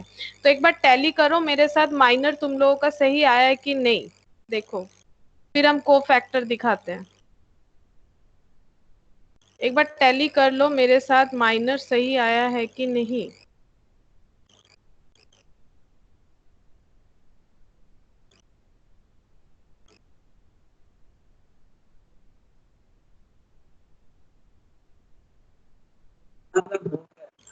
आ गया। अच्छा अब हम लोग को फैक्टर निकालेंगे। को फैक्टर में भी ये सीक्वेंस फॉलो करेंगे, C11 C12 C13 एंड उसके बाद C21 C22 C23 और उसके बाद है C, अब यहाँ से देख के लिखेंगे C31 C32 C33। अब करना क्या है, -1 whole to the power position. ठीक है, -1 whole to the power position into minor. तो M11 का वैल्यू यहाँ लिखते हैं -1 whole to the power position, position तो यहीं से डिनोट हो जाता है, तो 1 + 1 इंटू माइनर, माइनर का वैल्यू कितना है 4। ठीक है, माइनर का वैल्यू कितना हो गया 4। फिर यहाँ पर -1 whole to the power position 1 + 2 into C12 में माइनर का वैल्यू कितना है -2 आया है, -2। C13 के लिए -1 whole to the power 1 + 3 into यहाँ पर माइनर का वैल्यू है 0। C21 में -1 whole to the power 1 + 2 into 21 मतलब माइनर का वैल्यू देखो 8 आया है। C22 में देखो -1 whole to the power 2 + 2 into यहाँ पर कितना है 2। C23 में -1 whole to the power 2 + 3 into यहाँ पर 2 3 जो है उसका वैल्यू भी है 0 माइनर का। -1 whole to the power 3 + 1 -1 whole to the power 3 + 2 -1 whole to the power 3 + 3। अब माइनस का वैल्यू लिखते हैं। 3 1 का वैल्यू है 8 इंटू होता है सब, और यहाँ पर 3 2 का वैल्यू आया है 2 और 3 3 जो है उसका वैल्यू आया है 6। अब इसे हम लोग कैलकुलेट करेंगे। तो देखो, अगर ये फॉर्मूला बताया -1 होल टू दी पावर, अगर हम लोग -1 यूज ना भी करें तो हम लोग जस्ट यहाँ से जैसे मैंने बताया ऑड इवन चेक करके भी कर सकते हैं। 1 + 1 2 हो जाएगा, मतलब पॉजिटिव, तो ये 4 4 ही रहेगा, इसमें नेगेटिव होगा नहीं। 1 + 2 3 हो गया, यानी माइनस हो जाएगा वैल्यू, और माइनस अब -2 प्लस हो जाएगा, मतलब हम समझा रहे हैं। देखो वैल्यू को किस तरह से लिखना है, ये माइनर सम, आई होप ये हो गया होगा अब तक। देखो हम यहीं पर दिखाते हैं। C11 को किस तरह से कंप्लीटली लिखेंगे, देखो -1 होल टू दी पावर कितना आ गया, -1 होल टू दी पावर आ गया 2 इंटू 4, तो -1 होल टू दी पावर 2 मतलब क्या हो जाएगा 1 इंटू 4, तो ये हो गया 4। इतना नहीं भी करोगे तो 1 + 1 2 2 मतलब हो गया इवन, इवन मतलब 4 4 ही रहेगा। फिर C12 इसमें है -1 होल टू दी पावर 2 + 1 मतलब 3 3 इंटू -2 2 था, तो 3 मतलब -1 इंटू -2। अब -1 इंटू -2 मतलब कितना हो जाएगा, यहाँ पर देखो ये ऑड है तो माइनस होना चाहिए, लेकिन वैल्यू माइनस का ऑलरेडी माइनस है, तो माइनस माइनस में +2 हो जाएगा, तो +2 तो लिखने का जरूरत नहीं होता है, ओनली 2 लिख सकते हैं हम लोग। तो सिमिलरली C13 का देखो, इसका कुछ भी नहीं निकालोगे तो चलेगा, बिकॉज 0 से इंटू है तो इसका वैल्यू 0 ही आएगा। C21 में देखो -1 whole to the power 3 into 8, तो -8 हो जाएगा। C22 में देखो -1 whole to the power 4 into 2 मतलब कितना हो जाएगा 2 हो जाएगा। ये जो है ये 0 हो जाएगा 2 3, C23 का वैल्यू हो जाएगा 0, बिकॉज 0 से मल्टीप्लाई करोगे तो 0 ही आएगा, 0 से मल्टीप्लाई करोगे तो 0 आएगा।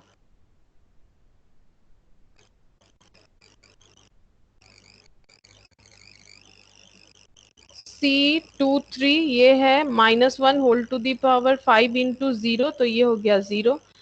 C31 मतलब -1 whole to the power 4 into हो जाएगा 8, तो ये हो गया 8। और C32 -1 whole to the power 5 into 2, तो 5 मतलब क्या हो गया ऑड, ऑड मतलब ये -2 हो जाएगा। और C33 -1 whole to the power 6, तो इवन है तो ये पॉजिटिव हो जाएगा इंटू 6, तो ये हो गया 6। तो को फैक्टर्स का आंसर आ गया, को फैक्टर्स का आंसर हो गया हमारा C11 में 4, तो 4 C11 हो गया 4, C12 हो गया 2, C13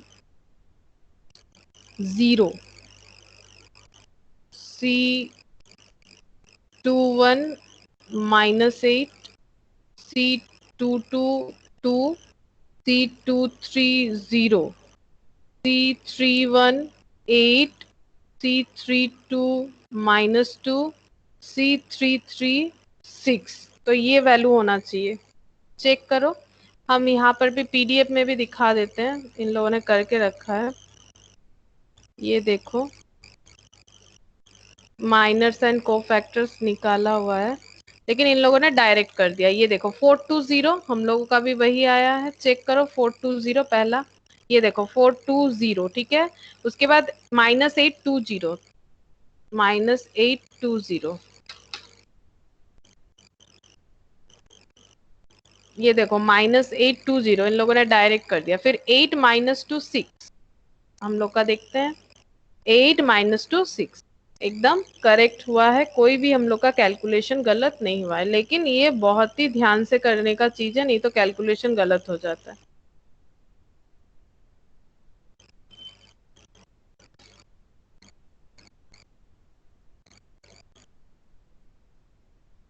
समझ में आया कि किस तरह से करना है, बहुत ही पेशेंस का चीज है, मेन बात है पेशेंस का चीज है, ज्यादा कुछ दिमाग लगाने वाला चीज नहीं, बस तुम लोग को बच्चों की तरह एक एक रो और कॉलम का एलिमेंट चूज करना है, डिलीट करना है और लिखना है, इनटू करना है, बस और पोजीशन के हिसाब से उसका साइन चेंज करोगे तो वो कोफैक्टर बन जाएगा।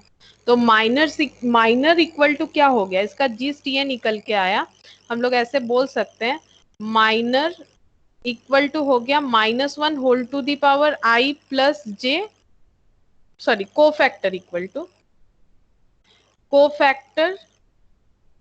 टू हो गया minor into -1 whole to the power i plus j, जहां पर i प्लस जे मतलब रो और कॉलम का पोजीशन को डिनोट कर रहा है। क्लियर है ये वाला? हेलो? यस मैम, यस अच्छा मैम।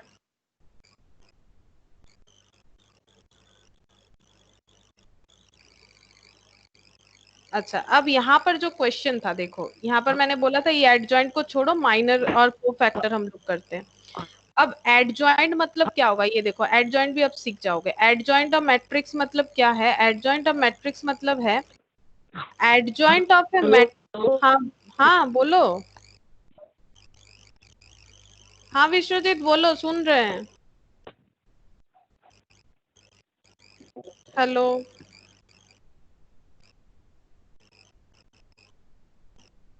हेलो? नेटवर्क प्रॉब्लम है। ठीक है, फिलहाल सुनो विश्वजीत, फिर हम ले रहे तुम्हारा क्वेश्चन, अभी तो सुना ही नहीं दे रहा है। Adjoint of A matrix is the transpose of the cofactor. जो हम लोगों ने कोफैक्टर निकाला है उसको ट्रांसपोज ऑफ मैट्रिक्स हम लोगों ने लास्ट दिन पढ़ा था, इंटरचेंज। हाँ बोलो बोलो। मैम लगता है उसका बहुत ज्यादा नेटवर्क इशू है। हाँ उसका आवाज नहीं आ रहा है। मैम उसको कॉल करके बोल दीजिए। एक मिनट বলছি একটু বিশ্বজিৎকে বলে দে না যে ওর আওয়াজ শুনতে পাচ্ছি না। ओके तो देखो adjoint of A matrix is transpose of the cofactor. Cofactor जो आएगा उसका ट्रांसपोज करना है। तो तुम लोग के कॉपी में कोफैक्टर किया हुआ है, ठीक है, इसी सम्स का हम लोगों ने कोफैक्टर किया था। अब देखो इससे हम लोग किस तरह से एडजॉइंट कैलकुलेट करेंगे, ये देखो एडजॉइंट किस तरह से कैलकुलेट किया। तो तुम लोग A1 A2 A3 एक बार चेक करके मुझे बताओ कि तुम लोग का जो कोफैक्टर्स है वो लास्ट में क्या आया है, मतलब मुझे बता दो कोफैक्टर का जो वैल्यू मैंने कैलकुलेट किया था, पहला कोफैक्टर क्या होगा। अगर इन लोगों ने ए से डिनोट किया, हम लोग सी से भी कर सकते, उसमें कोई प्रॉब्लम नहीं, ठीक है, तो सी से ही करते। पहला कोफैक्टर 1 बताओ उसका वैल्यू कितना आया था, थोड़ा हेल्प करो। 4। C12 उसका कितना आया था? 2। C13 उसका कितना आया? 0। अच्छा C21 कितना आया था? -8। C22 2। अच्छा C23 0। अच्छा ओके C31 8। C32 -2। C33 6 है ना। अब देखो जैसे हम लोगों ने डिटर्मिनेंट में कैसे लिखना है, हम लोग तो C11 यहाँ लिखेंगे, C12 को यहाँ लिखेंगे और C13 को यहाँ लिखेंगे। अब हम नंबर से रिप्रेजेंट कर रहे हैं तो क्या होना चाहिए 420 और C21, ये देखो C21 ये पोजीशन है, मतलब सेकेंड रो और फर्स्ट कॉलम, C22 C23, तो यहाँ पर क्या हो जाएगा -820, ठीक है, और C31 C32 और C33, तो यहाँ पर क्या पोजीशन है 8 -2 और 6, पोजीशन के हिसाब से ये होना चाहिए, ठीक है। लेकिन हम लोगों को अगर एडजॉइंट चाहिए तो कोफैक्टर का ट्रांसपोज करना है, तो ट्रांसपोज करेंगे तो क्या हो जाएगा, रो को कॉलम में लिखना है, कॉलम को रो में लिखना है, तो 4 -8 8, ये देखो यहाँ किया हुआ है 4 -8 8, 2 2 -2 2 2 -2, ये देखो 2 2 -2 0 0 6 0 0 6, ठीक है। तो तीन चीज देखो एक दूसरे के साथ जुड़ा हुआ है, minor then cofactor then adjoint. Cofactor मतलब हो जाता है माइनर में अगर हम लोग साइन ऐड कर देते तो वो कोफैक्टर हो जाता है। और माइनर मतलब होता है किसी भी एक एलिमेंट को अगर हम लोग एक्सपेंशन करते हैं यानी उसका रेस्पेक्टेड रो और कॉलम को डिलीट करते हैं और जो हम लोगों को मिनिमम जो डिटर्मिनेंट मिलता है उसे हम लोग बोलते हैं माइनर। इन लोगों ने देखो एक ही साथ कर दिया कोफैक्टर माइनर, ये माइनर के लिए है ये वाला सिचुएशन और ये माइनर में साइन लगा दिया तो वो बन गया कोफैक्टर।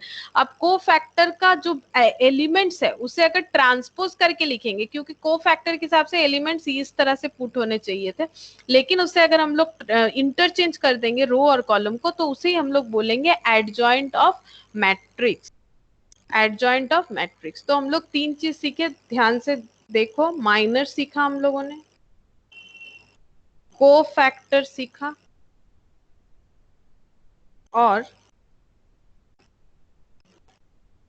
एडजॉइंट। और तीनों ही मतलब एक के बाद एक है। अगर किसी को एडजॉइंट कैलकुलेट करने बोलेगा तो वो माइनर और कोफैक्टर पहले ही कैलकुलेट करना पड़ेगा, यानी एडजॉइंट सीखने के लिए माइनर कोफैक्टर सीखना ही पड़ेगा और कोफैक्टर कैलकुलेट करना है तो माइनर आना चाहिए। तो ये तीनों एक दूसरे के साथ जुड़े हुए हैं, तो माइनर कोफैक्टर तभी हम लोग एडजॉइंट और मैट्रिक्स कर पाएंगे। नॉर्मली माइनर कोफैक्टर डायरेक्टली उतना नहीं पूछता है, लेकिन एडजॉइंट कैलकुलेट करो ये पूछता है। अब एडजॉइंट कैलकुलेट करने बोल दिया तो बात तो एक ही है, तुम लोग को माइनर कोफैक्टर निकालना पड़ेगा। अब तुम लोग जब सीख जाओगे, मतलब जब प्रैक्टिस कर लोगे, सीख तो रहे हो, जब प्रैक्टिस कर लोगे तो कोफैक्टर तुम लोग विथ माइनर ही कैलकुलेट कर सकते हो जैसे यहाँ पर किया है, अलग से और करने का जरूरत नहीं। जो मिनिमाइज किया हुआ जो डिटर्मिनेंट है उसके आगे -1 whole to the power i plus j करके डायरेक्टली उस डिटर्मिनेंट को लिख दोगे जैसे इन लोगों ने किया है, तो कोफैक्टर एक ही टाइम मतलब एक स्टेप में ही कैलकुलेट होके आ जाएगा। अदरवाइज तुम लोग को 2-3 स्टेप्स फॉलो करना पड़ेगा, लेकिन पहले प्रैक्टिस करने के लिए इस तरह से अलग अलग करके करो ताकि वो प्रैक्टिस हो जाए तो गलत ना हो। तो समझ में आया किस तरह से एडजॉइंट करना है हम लोगों को। तो तुम लोग लिख लो एडजॉइंट किस तरह से करना है, उसी क्वेश्चन में ऐड कर लो कि एडजॉइंट किस तरह से करोगे। जस्ट वैल्यू को इंटरचेंज कर लो और वहां लिख भी लो एडजॉइंट मतलब interchange value of the cofactors. Adjoint का मतलब ही होता है interchange value of the cofactors.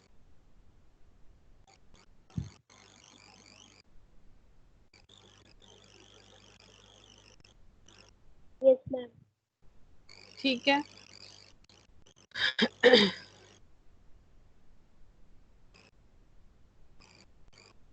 अच्छा,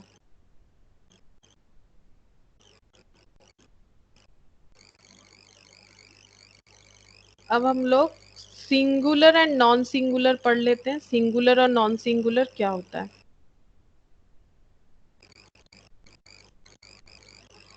singular and non singular matrices. Any square matrix A is singular if determinant of A equal to 0. The matrix is non-singular if determinant of A not equal to 0. तो सीधा सा बात है, अगर determinant जो value find out करे वो अगर 0 हो रहा है तो सिंगुलर, और डिटर्मिनेंट ऑफ ए 0 को छोड़ के कुछ और वैल्यू हो रहा है नॉट इक्वल टू 0 तो इसे हम लोग बोलेंगे नॉन सिंगुलर। यही बोला गया। अब जैसे देखो यहाँ एग्जाम्पल दिया है, -1 इंटू 6 हो जाएगा। इसका वैल्यू कैसे कैलकुलेट करेंगे, -1 इंटू 6 फिर माइनस हो जाएगा मिडिल में, -3 इंटू 2 तो -1 इंटू 6 मतलब -6 माइनस, और -3 इंटू 2 मतलब -6। ये ध्यान में रखना है तुम लोग को, ये ब्रैकेट ब्रैकेट देना है, अगर नहीं कर पाओगे तो डायरेक्टली माइनस माइनस +6 तो +6 -6 0। तो ये क्या मैट्रिक्स, क्या डिटर्मिनेंट बन गया, सिंगुलर, मतलब सिंगुलर मैट्रिक्स बन गया जिसका डिटरमाइन वैल्यू 0 आ गया। अब ये देखो इसलिए लिखा है ए इज ए सिंगुलर मैट्रिक्स क्योंकि इसका प्रॉपर्टीज यही है, अगर डिटर्मिनेंट का वैल्यू 0 होता है वो सिंगुलर होता है। अब यहाँ पर बोला है find the determinant value of the following matrices, इसका वैल्यू निकालना है। अच्छा, तो यहाँ पर वैल्यू निकाला है, वैल्यू निकालना तो मैंने तुम लोग को सिखाया है, यहाँ पर हम शो कर देते हैं इन लोगों ने किस तरह से किया है। देखो वही इन लोगों ने नॉर्मली तुम लोग को कौन सा फॉलो करना है, अच्छा नॉर्मली तुम लोग को R1 ही फॉलो करना है। जब तुम लोग डिटर्मिनेंट का वैल्यू निकालोगे तो सारा एक्सपेंशन नहीं करना है, ये बार बार हम बता रहे हैं, ये बहुत जन को कंफ्यूजन हो जाता है माइनर को फैक्टर के बाद कि सारा कैलकुलेट करना है, नहीं, सिर्फ और सिर्फ कोई भी एक रो या कॉलम के बेसिस पे हम लोगों को करना है। तो ऑलवेज यूज R1, यही सब कोई करता है, ये इजी होता है, फर्स्ट वाला ही यूज करो।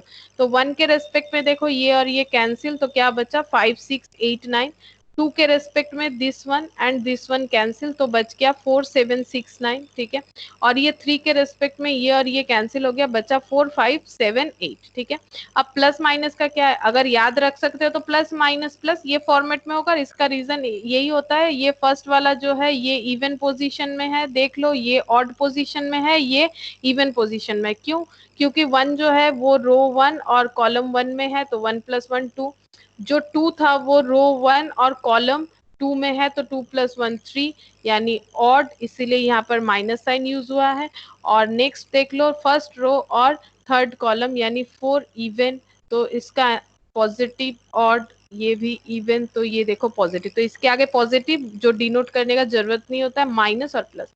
अब इंटू करेंगे, 1 है 5 × 9 45, और दोनों के मिडिल में माइनस होता है, 6 × 8 48, फिर 7 × 6, सॉरी 4 × 9, देखो मिस्टेक मत करो, मैंने पहले 7 × 6 बोल दिया बाय मिस्टेक, वो कभी नहीं होगा, पहले इसी तरह से होगा। 4 × 9 36, 7 × 6 42, 4 × 8 32, 7 × 5 35, और मिडिल में माइनस होना चाहिए। अब 45 - 48 क्या होगा, -3, तो -3 × 1 -3।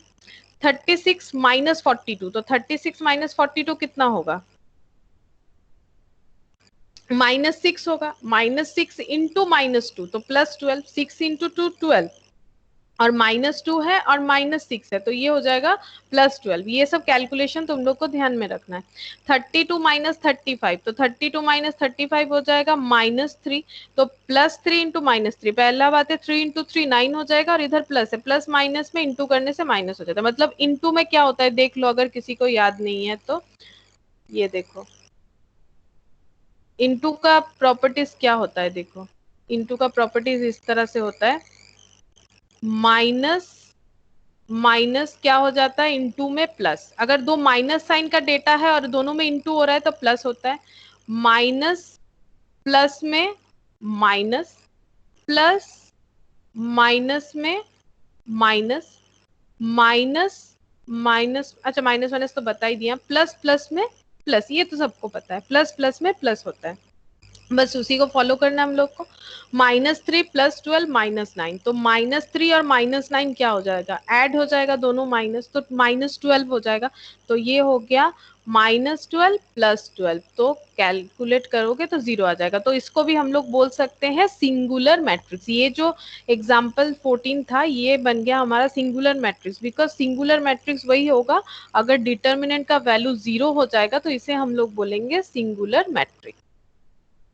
तो समझ में आया सिंगुलर और नॉन सिंगुलर मैट्रिक्स क्या होता है, बहुत ही सिंपल था। 0 होने से सिंगुलर, अगर 0 नहीं होता है तो नॉन सिंगुलर। बिल्कुल।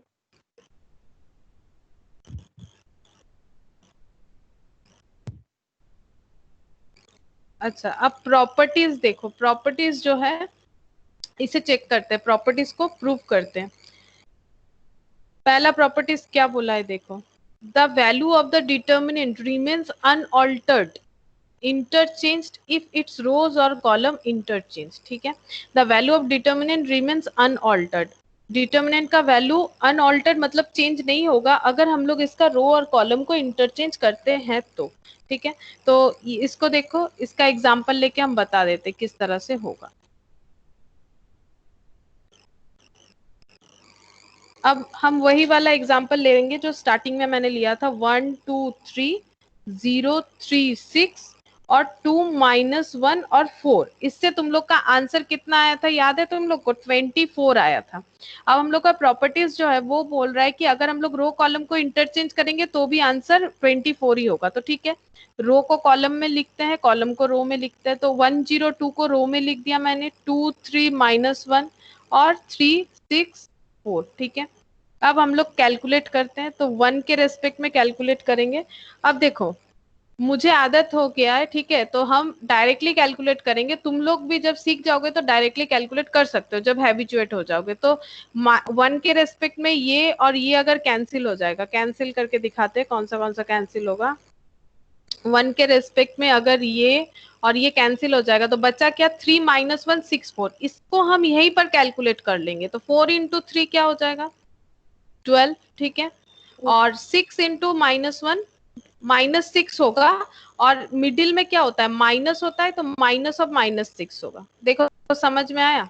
ऐसे ही करना है तुम लोग को पूरा डिटेल्स में करना भी नहीं है, ठीक है, इसको हैबिट करना है ताकि इस तरह से कर पाओ। इसको छोटा सा एक डिटर्मिनेंट एज्यूम करो और 3 इंटू 4 और 6 इंटू -1, तो -6 और मिडिल में माइनस। फिर 0 के रेस्पेक्ट में करेंगे, ये माइनस हो जाएगा, ठीक है, ये मैंने बताया पोजीशन के हिसाब से याद रखो, प्लस माइनस प्लस। अब 0 के रेस्पेक्ट में करेंगे तो ये कैंसिल हो जाएगा और ये कैंसिल हो जाएगा, ये तो बचा क्या, 2 3 -1 4। अब इसे छोटा सा एक डिटर्मिनेंट इमेजिन करो, तो 2 इंटू 4 कितना हो जाएगा 8, 3 इंटू -1 कितना हो जाएगा -3, लेकिन यहाँ पर एक माइनस है। फिर +2, +2 को अगर लेंगे तो +2 को अगर लेंगे तो ये देखो, +2 को अगर लेंगे तो ये कैंसिल और ये कैंसिल, तो बचा क्या 2 3 3 6, तो 2 इंटू 6 12, 3 इंटू 3 9, ठीक है।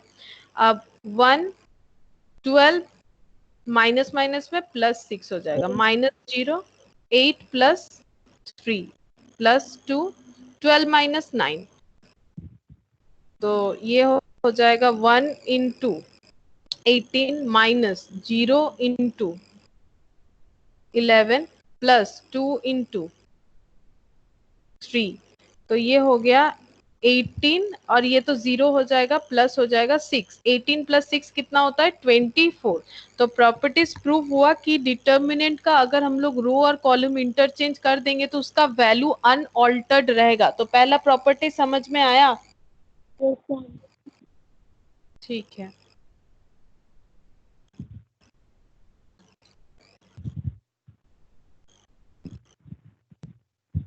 नेक्स्ट प्रॉपर्टीज क्या है, देखो नेक्स्ट प्रॉपर्टीज है कि the value of determinant change sign if any two row और कॉलम इंटरचेंज।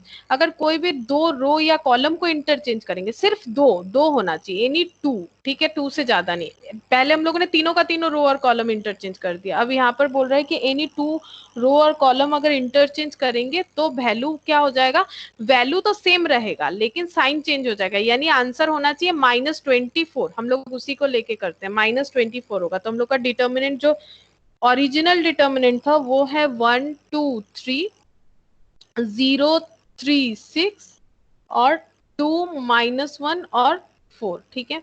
अगर इसे इंटरचेंज करते, कोई भी 2 रो या कॉलम हम लोग इंटरचेंज करेंगे, तो एक काम करते हैं, 1 2 3 को फिक्स कर दिया मैंने, इन दोनों रो को इंटरचेंज कर लेते हैं। रो जो 3 है उसे ऊपर लिख देते हैं और रो जो 2 है उसे नीचे लिख देते हैं। अब इसका डिटर्मिनेंट का वैल्यू निकालते हैं। तो पहले 1 के रेस्पेक्ट में एक्सपेंशन करो तो ये और ये कैंसिल हो जाएगा, ये देखो ये और ये कैंसिल हो गया, तो बचा 6 इंटू -1 -6, माइनस है मिडिल में, 4 इंटू 3 12, फिर -2 हो जाएगा, मिडिल वाला साइन माइनस होता है, और ये कैंसिल है, तो 2 इंटू 6 12 और 0 इंटू 4 माइनस ऑफ 0 और +3 ले लेते हैं, +3 ले लो, तो ये और ये कैंसिल हो गया, तो 2 इंटू 3 कितना हो जाएगा 6 और 0 इंटू -1 था यहाँ पर, तो ये माइनस ऑफ -0।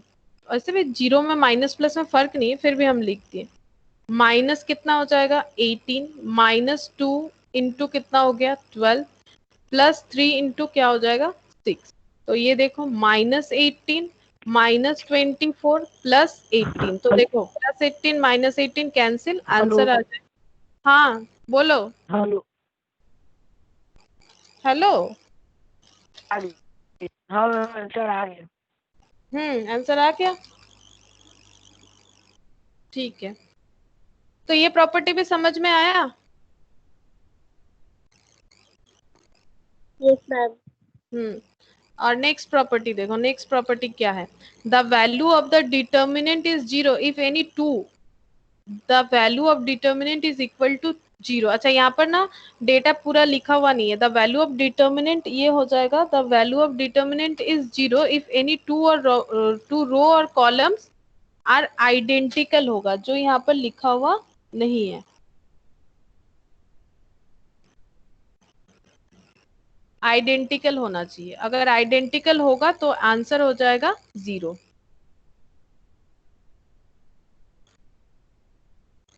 इसका हम दिखा रहे किस तरह से होगा। आइडेंटिकल अगर होगा तो 0 हो जाएगा। तो देखो आइडेंटिकल का आंसर लेते हैं।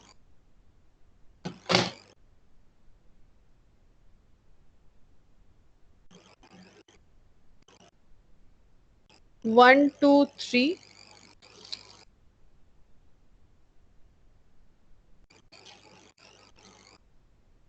1 2 3 0 3 6 0 3 6 0 3 6, ये आइडेंटिकल। इसका आंसर 0 होना चाहिए। देखते 6 इंटू 3 18 माइनस 18 -2 के साथ ये कैंसिल। ठीक है, इसमें ये और ये कैंसिल था, ये कैंसिल हो जाएगा तो 0 0 मतलब 0 माइनस 0 +3 ले लेते हैं तो ये और ये कैंसिल, तो ये हो गया 0 माइनस 0। तो 18 माइनस 18 0 माइनस 2 इंटू 0 +3 इंटू 0। तो तुम लोग कोई भी वैल्यू लेके देख सकते हो कि उसमें आंसर क्या हो जाएगा 0। अगर कोई भी दो कॉलम या रो आइडेंटिकल होता है तो आंसर हमेशा डिटर्मिनेंट का आएगा 0। अच्छा, नेक्स्ट प्रॉपर्टीज को देखते हैं। नेक्स्ट प्रॉपर्टीज है the value of the determinant becomes k times if any row और column multiplied by k, the value of the determinant also multiplied by k।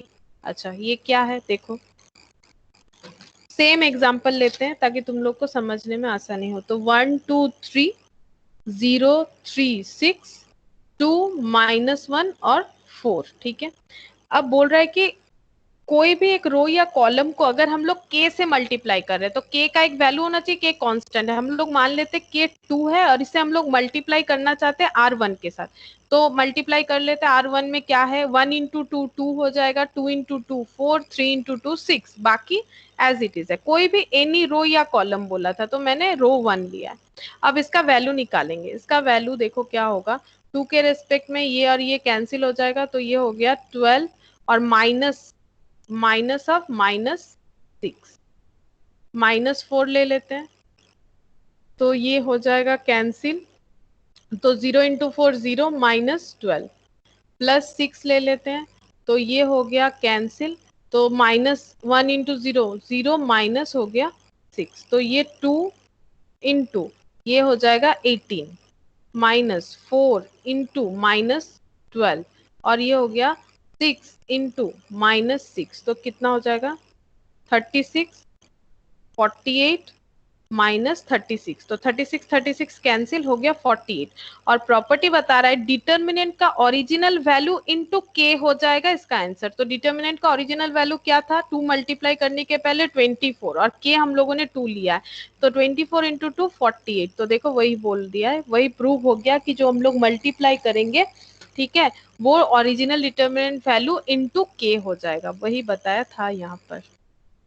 ये देखो the value of determinant becomes k times if any row or column multiplied by the k, the value of the determinant also multiplied by k। value of determinant क्या था 24 also multiplied by k यानी 2, तो वही हो जाएगा उसका value.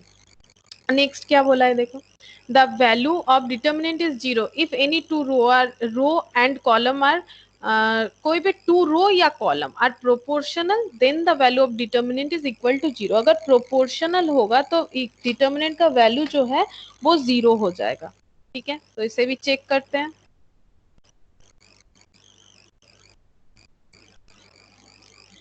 तो पहले ओरिजिनल डिटर्मिनेंट ले लेते हैं, 1 2 1 1 2 1। अच्छा ये दूसरा एग्जाम्पल ले लिया मैंने, ठीक है 1 2 1 2 14 और 2 3 5 3।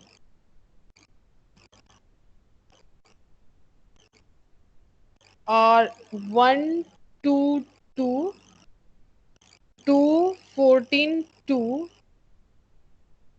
3 5 3। पहले इसका वैल्यू निकालते हैं।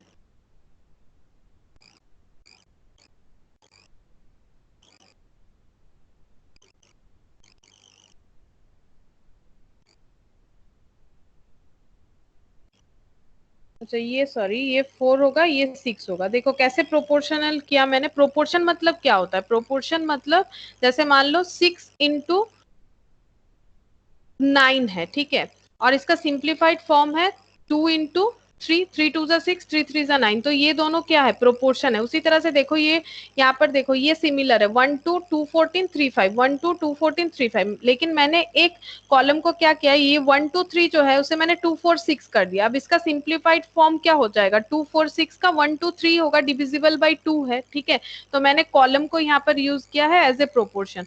अब तुम लोग अगर दोनों का वैल्यू निकालोगे तो क्या हो जाएगा? वैल्यू हम लोगों का दोनों केस में ही 0 आना चाहिए, ठीक है। प्रोपोर्शनल करेंगे तो दोनों केस में ही 0 होगा अगर प्रोपोर्शनल होगा तो। देखते हैं इसका वैल्यू कैसे 0 होता है। 1 ले लेते हैं तो ये कैंसिल हो गया। 14 इंटू 3 42 माइनस 15, सॉरी 10, ये देखो ये और ये कैंसिल हो गया तो 42 माइनस 10। फिर -2 ले लेते हैं, -2 ले लेते हैं तो ये कैंसिल हो जाएगा तो 6 माइनस 6। फिर +1 ले लिया तो ये और ये कैंसिल तो 5 इंटू 2 10 माइनस 42। तो इसका आंसर देखो 41 इंटू 32 हो जाएगा, -10 है, माइनस ये तो 0 हो जाएगा। 6 इंटू 6 0, इसका और कोई कैलकुलेशन नहीं करते हैं। और ये हो गया -32, तो +32 -32 0। अब ये कैलकुलेट करो ये, तो 14 इंटू 6 84 -20। फिर -2 के बेसिस पे जाते हैं तो ये कैंसिल हो जाता है तो 12 माइनस 12 +2 के बेसिस पे चलते हैं तो ये कैंसिल हो जाता है तो 10 माइनस 42। तो चेक करो 84 माइनस 20 कितना हो जाता है? 84 माइनस 20 64 हो गया, इंटू 1 था तो 64 ही होगा। ये तो 0 हो गया। और ये है -32 इंटू 2, तो -32 इंटू 2 -64। तो देखो कैंसिल होके क्या हो गया? 0। तो इसका मतलब ये भी क्या आ गया? 0 आ गया। जो यहाँ पर बोला था वह वाला सेटिस्फाई हो गया कि the value of determinant is 0 if any two row column are proportional then the value of the determinant is equal to 0। अब नीचे उसके बाद क्या बोला है? उसके बाद बोला है देखो, if each element of any row or column is sum of two numbers the determinant can be expressed as the sum of the determinant। इसका मतलब क्या है देखो,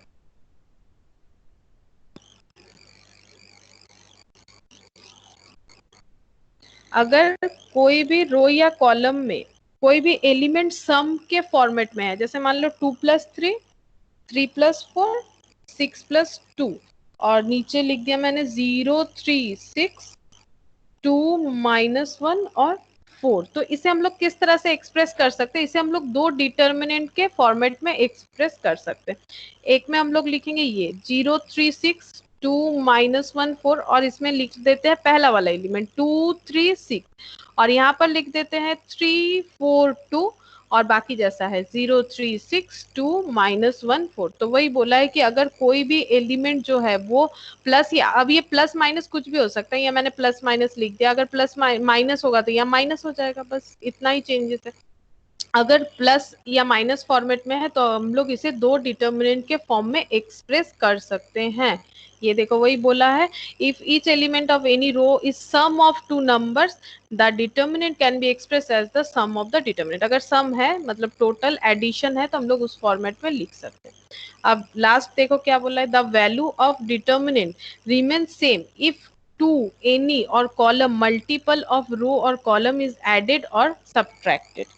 ठीक है, तो ये देखो क्या है, ये थोड़ा सा अलग है, इसे दिखाते क्या है।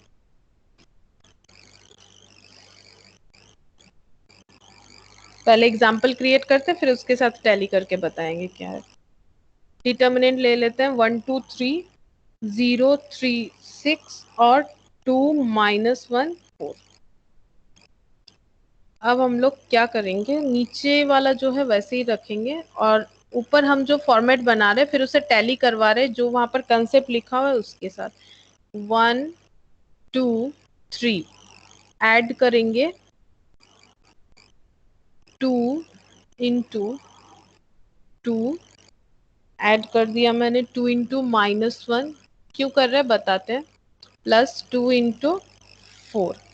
तो मैंने क्या किया, ये दोनों तो कांस्टेंट है, मैंने इसमें क्या किया 1 2 3 में मैंने लिखा 1 प्लस, ठीक है, फिर 2 प्लस, फिर 3 प्लस, इस तरह से लिखा है। मैंने लिखा है 2 2 2, सब में इंटू देखो 2 किया है मैंने, 2 को मल्टीपल लिया है, ठीक है, ये मेरा एग्जांपल है। यहाँ पर मैंने k इक्वल टू 2 माना है, 2 को मल्टीपल किया है।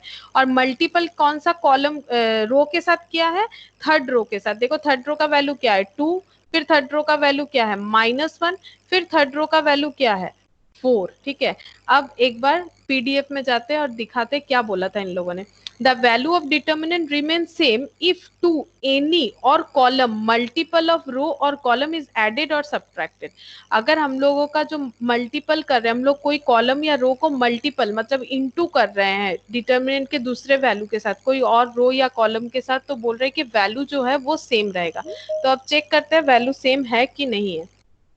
तो यहाँ पर ये चेंज होके क्या हो जाएगा, 2 + 2 4, 4 + 1 ये कितना हो जाएगा, ये 4 + 1 हो गया 5, ये हो जाएगा 0, ये हो गया 11, 0 3 6 2 -1 4। अब ये ओरिजिनल डिटर्मिनेंट जो था जिसका वैल्यू हमारा 24 आ रहा था वही आना चाहिए। तो चेक करते हैं 5 से 12, और ये क्या है 6 इंटू -1, तो ये हो जाएगा -6 और माइनस ऑफ -6 यानी +6 हो जाएगा, -0, तो ये हो गया 0 -12 और +11 के साथ क्या हो जाएगा, ये हो जाएगा -1 इंटू 0 -6। तो चेक करते 24 आता है कि नहीं। 5 इंटू ये हो गया 18, 5 इंटू 18 और ये तो 0 हो जाएगा, और ये +11 इंटू -6, तो प्लस माइनस में -66 हो गया। तो 18 इंटू 5 हो जाता है 90 -66, तो हो गया 4 और यहाँ पर 2, तो 24 आ गया।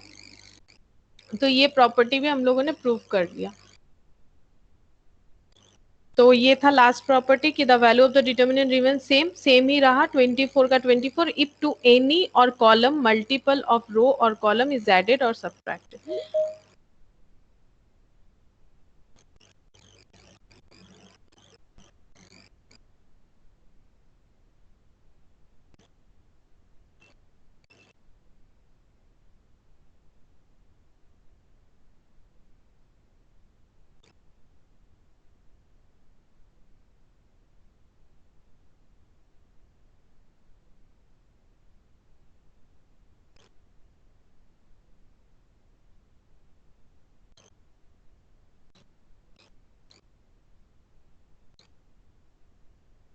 तो देखो समझ में आया, जो भी आज हम लोगों ने पढ़ा वो समझ में आया, डिटर्मिनेंट का जितना तक पढ़ा है हम लोगों ने। Yes ma'am.